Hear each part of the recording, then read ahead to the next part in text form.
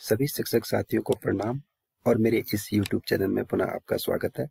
साथियों, school education portal पे school के बच्चों की प्रोफाइल को अपडेट किया जाना है, जिसके लिए की समय सीमा 31 दिसंबर तय की गई है।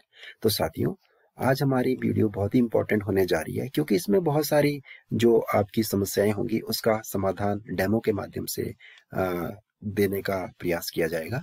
सबसे पहले कि स्कूल के बच्चों की प्रोफाइल को अपडेट कैसे करना है, यूटाइस और स्कूल का पासवर्ड को अपडेट कैसे करना है, और आपने देखना है कि आपका यूटाइस सही है कि नहीं। प्रमोट और ड्रॉप आउट किन बच्चों को करें और कैसे करें, और यहाँ पर ड्रॉप आउट की परिभाषा कुछ और है। और उसके बाद बैंक खाता आधार नंबर न होने पर भी बच्चों का डाटा कैसे भरें, और डाटा भरते हुए क्या क्या सावधानियां आपने रखनी है, और सभी समस्याओं का जो आप हल करेंगे वो वीडियो के माध्यम से आपका पूरा विस्तार से आपको बता दिया जाएगा। तो हम चलते हैं आगे।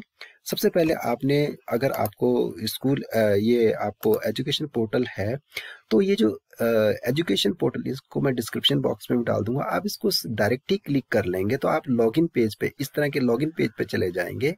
इधर उधर आप नहीं क्रोम में इधर उधर ना जाते हुए सीधे पोर्टल पे पहुंच जाएंगे। तो मैं इसके सीधे आपको पोर्टल पे ले चलता हूँ, एजुकेशन पोर्टल। तो ये सीधे आपका लॉगिन पोर्टल खुल जाएगा, जो इसको डिस्क्रिप्शन बॉक्स में मैं लिंक डाल दूंगा। तो यूजर आईडी जो आपके जो यूजर आईडी है वो आपके संकुल समन्वयक या ब्लॉक समन्वयक के माध्यम से आपको प्राप्त हो जाएगा। और प्राइमरी का तो यहाँ पर पी आता है, और सेकेंडरी का तो वहाँ पर सेकेंडरी का ऐसा आता है। और इसमें आपका पासवर्ड, अगर आपके पास पासवर्ड है तो आप पासवर्ड डाल लेंगे, अन्यथा की स्थिति में admin@123 रख देंगे। मैं अपना पासवर्ड डाल लेता हूँ। और इसके बाद आपकी जो स्कूल की आईडी होगी वो यूनिट होगी, आप कंट्रोल यूनिट नहीं है, आप यूनिट है, क्योंकि आप अपना डाटा फीड, अपने स्कूल का डाटा फीड कर रहे हैं। तो आप यूनिट की तरह यहाँ पर वर्क करेंगे 1 2, और इसके बाद आप कैप्चा डालते हुए आप अपने लॉगिन कर लेंगे। अगर इस तरह से, अगर लॉगिन करते ही सबसे पहले आप अपना यूडाइस चेक करेंगे कि आपका यूडाइस सही है कि नहीं। जैसे ही आप चेक यूर यूडाइस कोड करेंगे तो ये आपको करने के लिए आपको क्या कर देगा, डाउनलोड कर देगा। यहाँ पर आप देख पा रहे हो ये डाउनलोड हो रही है फाइल। तो ये डाउनलोड होके आपको पूरे आपके जो आपके पूरे उत्तराखंड का आपको ये डाइस कोड के ये एक्सेल सीट में आपको दिखाई देगा। जैसे कि मैंने अपने देख लिया है कि ये सही है, डाइस कोड ठीक है, मेरा स्कूल का नाम ठीक है, और मेरा संकुल का नाम ठीक है। तो ये आप चेक कर लेंगे, और उसके बाद आप वापस अपने इसी चले जाएंगे। अपडेट करने की आवश्यकता नहीं है। और चेंज अगर आपने पासवर्ड करना तो ये चेंज पासवर्ड पे क्लिक करके आप अपना पासवर्ड चेंज कर देंगे। admin@123 से आप अपना नया पासवर्ड बना लेंगे। तो सबसे पहली स्थिति आती है कि आपने क्या करना है कि रेगुलर स्टूडेंट में, अब क्योंकि आपको ध्यान होगा कि आपने कोरोना काल में, पैंडेमिक में आपने अपने स्कूल का डाटा अपडेट नहीं किया है। तो हम सबसे पहले स्टूडेंट एक्शन देखते हैं कि हम क्या कर सकते हैं। स्टूडेंट एक्शन में आप रेगुलर स्टूडेंट की आप देख रहे हैं, देखिए 20-21 में आपको, मुझे लगता है कि आपकी प्रोफाइल में 1 से लेकर 5 तक का, या 6 से लेकर 8 तक का कोई भी बच्चा आपको अपने डाटा में नहीं दिखाई देगा। कारण, क्योंकि 2 साल से अपडेशन नहीं हुआ है। तो आप जब 19-20 में जाएंगे तो आप यहाँ पर अगर क्लास डालते हैं 3 या 4 या डालते हैं, तो आपको दिखाई पड़ेंगे कि कुछ बच्चे यहाँ 19-20 में हैं। लेकिन यदि हम 19-20 का हम डाटा इनको प्रमोट करते हैं तो 19-20 से प्रमोट 20-21 में आएगा, फिर 20-21 से प्रमोट होके 21-22 में जाएगा। तो ऐसा होना संभव नहीं हो पा रहा है कि देखता हूं, मैं प्रमोट करके देखता हूं तो आपको यहाँ पर इस तरह से एरर दिखाई देने लगेगी।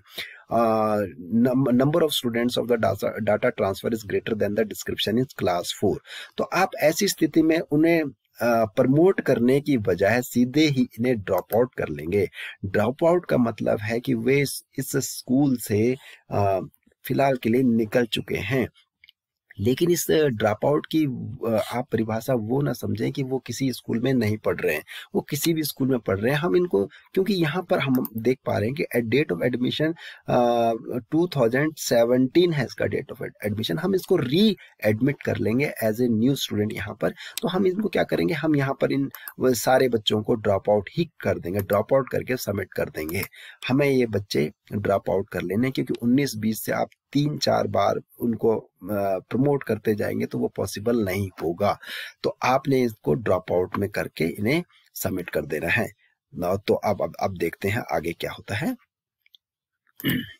सीधे फिफ्थ के, क्योंकि हम इन्हें प्रमोट नहीं कर सकते, क्योंकि हमारी क्लास फिफ्थ तक ही है, हायर क्लास जो है फिफ्थ। अगर इन्हें प्रमोट करके भी आप देखते हैं तो आप यहाँ पाएंगे you can not be promote the student next class, क्योंकि अनडिफाइंड है, क्योंकि आपकी क्लास जो हाईएस्ट क्लास है, आपकी मैक्सिमम लेवल है वो फिफ्थ क्लास है। तो ऐसी स्थिति में इन्हें भी आप ड्रॉप आउट ही करेंगे। आप इन्हें ड्रॉप आउट करके सबमिट कर देंगे और इन्हें भी आप अपने 19-20 का डाटा जो है आप बिल्कुल क्लियर कर लेंगे और नए सिरे से अब सक्सेसफुली आपका डाटा क्लियर हो गया है। आप यहाँ पर 19-20 का डाटा अब हमारे पास क्लियर हो गया है। 3 का डाटा, 4 का डाटा और 5 का डाटा, क्योंकि 3, 4, 5 के बच्चे ही हमारे पास फीड है 19-20 में। और आप 20-21 में देखना चाहेंगे तो 20-21 में आपको कोई भी बच्चा नहीं मिलेगा। आप अपनी प्रोफाइल में चेक कर लें, आपको एक भी बच्चा यहाँ पर नहीं मिल पाएगा। तो ये ड्रॉप आउट, प्रमोट और डिमोट करने की पोजीशन में अभी हम है नहीं, क्योंकि हम सत्र के मध्य में, अंत में अभी पहुंचे हैं और हमारी अभी वार्षिक परीक्षाएं भी नहीं हुई है। ये काम हम करेंगे जब वार्षिक परीक्षाएं होने के बाद प्रमोट हम 21-22 का करेंगे, 22-23 में। तो यहाँ तक आपको मुझे लगता है समझ आ गया होगा। अब बात होती है कि आपने क्या करना है, स्टूडेंट डिस्क्रिप्शंस भरना है। स्टूडेंट डिस्क्रिप्शन में आपको निर्देश दिए जा चुके हैं कि आपने कुछ बच्चे, देखिए यहाँ पर आपके बच्चे बाय डिफॉल्ट 0-0 ही दिखाया जाएगा। आप क्या करेंगे, एडिट करके अपने स्कूल के बच्चों के 5 या 6 बच्चे ज्यादा भरते हुए इसे एडिट कर लेंगे। इसका कारण ये है कि आप यदि कम बच्चे भरते हैं तो प्रोफाइल अपडेट करने में वे बच्चे अगर एक भी ज्यादा होता है तो आप एक भी बच्चा किसी क्लास में अधिक ऐड नहीं कर पाएंगे। तो आप इसमें एग्जैक्ट ना भरते हुए कुछ ज्यादा बच्चे ही भर लें, ताकि आपको कोई भी आगे दिक्कत ना हो जाए। और उसके बाद आपने जब अपने स्टूडेंट्स को आप सब ऐड कर लेंगे तो इस डिस्क्रिप्शन वाले एडिशन में आप फिर दोबारा एडिट करके कंप्लीट अपना कर लेंगे। मैंने देखिए 6-6 बच्चे हर एक क्लास में भर दिए, जबकि मेरे पास इतने बच्चे अभी अवेलेबल नहीं हैं। तो मेरे 60 बच्चे मैंने बना दिए, जबकि मेरे 23 बच्चे हैं। उसके बाद आप इजिली रेगुलर स्टूडेंट में जाके ऐड स्टूडेंट कर लीजिएगा। तो ऐड स्टूडेंट में देखिए मैंने 2 बच्चे ऐड कर दिए। अब बात आती है कि हमने ऐड में क्या क्या इसमें भरना है जो कि हमारे लिए इम्पोर्टेंट है। देखिए आप स्टूडेंट नेम जो रेड यहाँ पर मार्क दिख पा रहे होंगे, आप इन्हें ही आप सबसे पहले भर लें। और जैसे आप ये इनका डेट ऑफ बर्थ है, डेट ऑफ बर्थ आपके स्क्रॉल डाउन ये आपका पास विंडो खुल जाएगी, आप इसी से भरें, आप मैनुअली ना भरें। और ये रिलीजियन और ब्लड ग्रुप बहुत इंपॉर्टेंट है, कांटेक्ट नंबर, आधार नंबर, राशन कार्ड नंबर, ये अभी अगर आपके पास सारा डाटा अवेलेबल है तो आप इन्हें भर लीजिए। अन्यथा की स्थिति में अगर यदि आपके पास डाटा इस समय अवेलेबल नहीं है तो आप इन्हें अभी छोड़ सकते हैं। डेट ऑफ एडमिशन और सीरियल नंबर को जरूर भरना है, क्योंकि इसी के कारण इन्हीं डाटाज में से ही हमारे बच्चे को हम ट्रेस कर पाएंगे ऑनलाइन। तो अब आपको दिखाता हूं मैं कि किस तरह से, अगर यदि आप नहीं भरते हैं तो आप यदि डाटा कम भरते हैं, मैंडेटरी डाटा ही भरते हैं और बाकी डाटा नहीं भरते हैं, तो उन डाटा को आप दोबारा किस तरह से एडिट कर पाएंगे। आप स्टूडेंट लिस्ट देखिए, उसके बाद जाएंगे स्टूडेंट लिस्ट पे।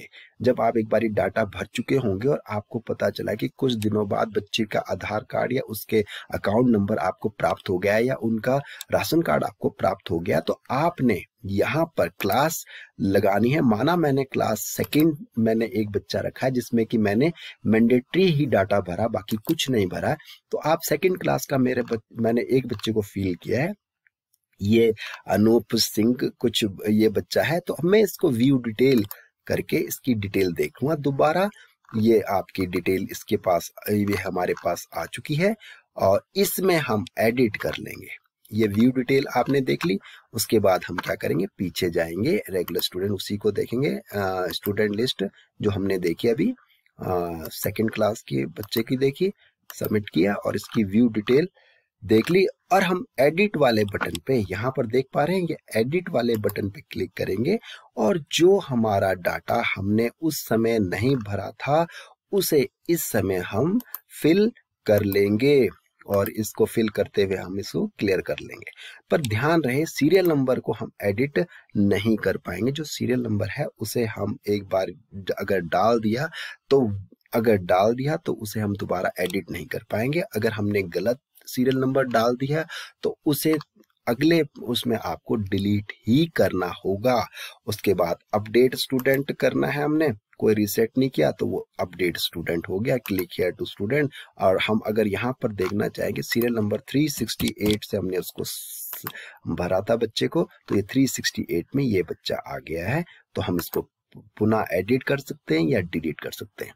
तो इस तरह हमने अपने बच्चों का डाटा अपडेट करना है। और इनमें जो भी है हम किस तरह से प्रमोशन जो है हम नेक्स्ट अगले सत्र में करेंगे। इस समय प्रमोशंस की कंडीशंस नहीं बन रही है, तो आप निश्चिंत होके अपने स्कूल का डाटा भरिए और उसे एज सुन एज पॉसिबल 31 दिसंबर तक सबमिट कर लीजिए। और बाकी जो मैंने बताया है उस पर ध्यान में रखते हुए मैंडेटरी डाटा लगभग अवश्य भर लीजिए। तो आशा करता हूँ कि आपको जानकारी समझ आई होगी। आपका दिन शुभ हो और आप इजीली समझ पाए। धन्यवाद।